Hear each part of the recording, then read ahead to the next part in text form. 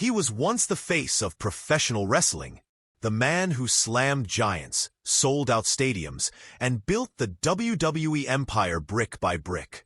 But behind the bright lights of Hulkamania lies a darker story. Why did fans, and even fellow wrestlers, turn against Hulk Hogan?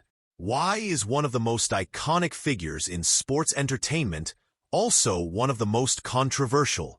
This is the untold truth behind the fall of Hulk Hogan. The hate, the backlash, and the real reasons why the immortal became infamous. In the 1980s, Hulk Hogan wasn't just popular. He was untouchable. Kids worshipped him.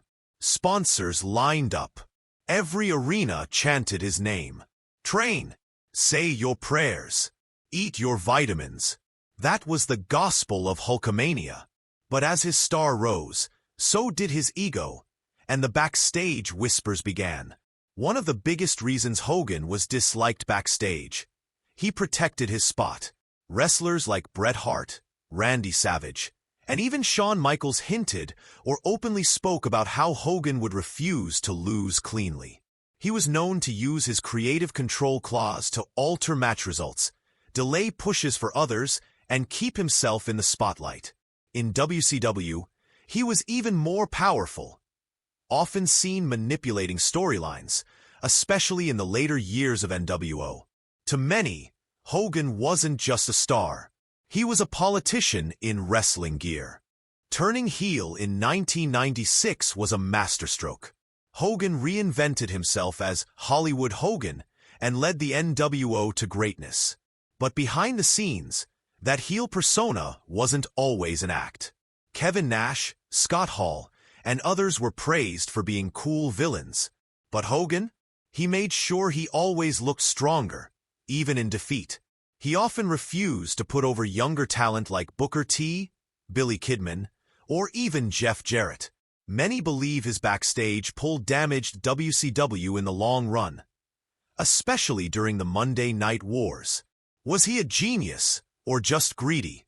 Even in his later years, Hulk Hogan just couldn't walk away from the spotlight. When he joined TNA, a promotion already struggling to find its identity, many hoped he would help turn things around. But instead of being a guiding light, Hogan brought with him an ego bigger than ever. The moment he walked in, the focus shifted. It wasn't about the rising stars anymore. It became all about Hogan, his old friends, and the nostalgia act. Veterans like Eric Bischoff joined him. And suddenly, the company started to feel more like WCW all over again. TNA had homegrown talent. AJ Styles, Samoa Joe, Christopher Daniels, guys who had built the foundation of the company with hard work and unmatched talent. But under Hogan's influence, these stars were pushed aside. Promising storylines were dropped. Fresh rivalries were ignored. And the spotlight was hijacked. Fans started noticing. Chants grew more restless. Online forums lit up with criticism. People weren't tuning in to see a recycled version of the past. They wanted the future of wrestling. And they weren't getting it.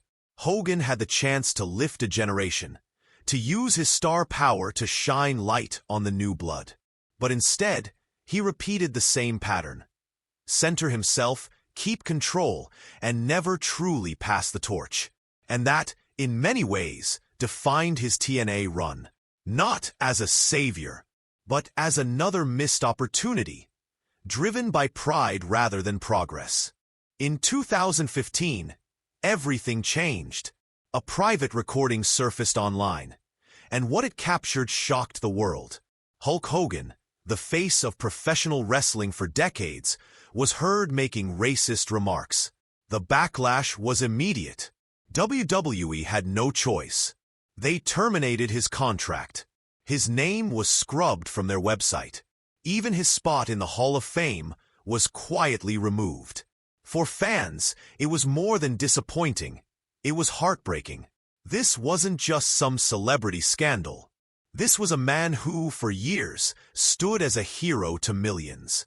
The one who told kids to say their prayers, eat their vitamins, and believe in themselves. And now, that same man was caught expressing hate. This wasn't about politics.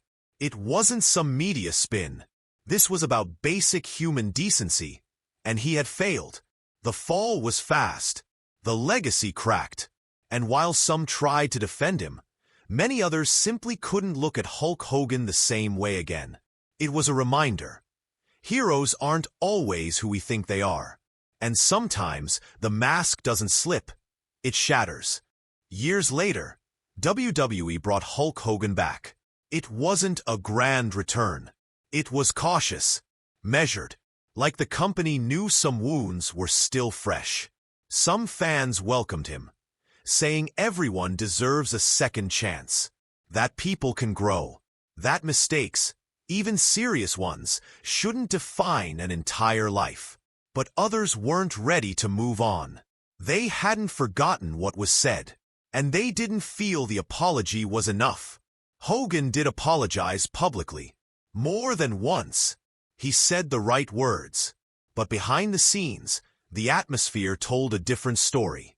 Many wrestlers kept their distance. Some looked visibly uncomfortable in his presence. Others simply stayed silent.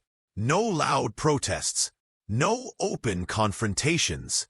Just a quiet tension. Like something unspoken still hung in the air. The legacy of Hulk Hogan was once simple. The ultimate good guy. A childhood hero. A symbol of strength and positivity. But now, that legacy is complicated. It's filled with both greatness and regret. With moments that inspired millions, and moments that left people hurt. And maybe that's how history remembers him. Not as a villain or a saint, but as a man whose story is far more complex than the slogans he used to shout in the ring. Hulk Hogan was a hero to millions. A trailblazer. A superstar. A living symbol of wrestling's golden era. But he was also flawed. Like all men. He made enemies in the locker room. He put himself first more than once. And he made mistakes that cost him his reputation. But love him or hate him, Hulk Hogan changed wrestling forever. His story is a mix of greatness and controversy, triumph and tragedy. And whether you chant his name or turn your back, one thing is undeniable. You will never forget Hulk Hogan.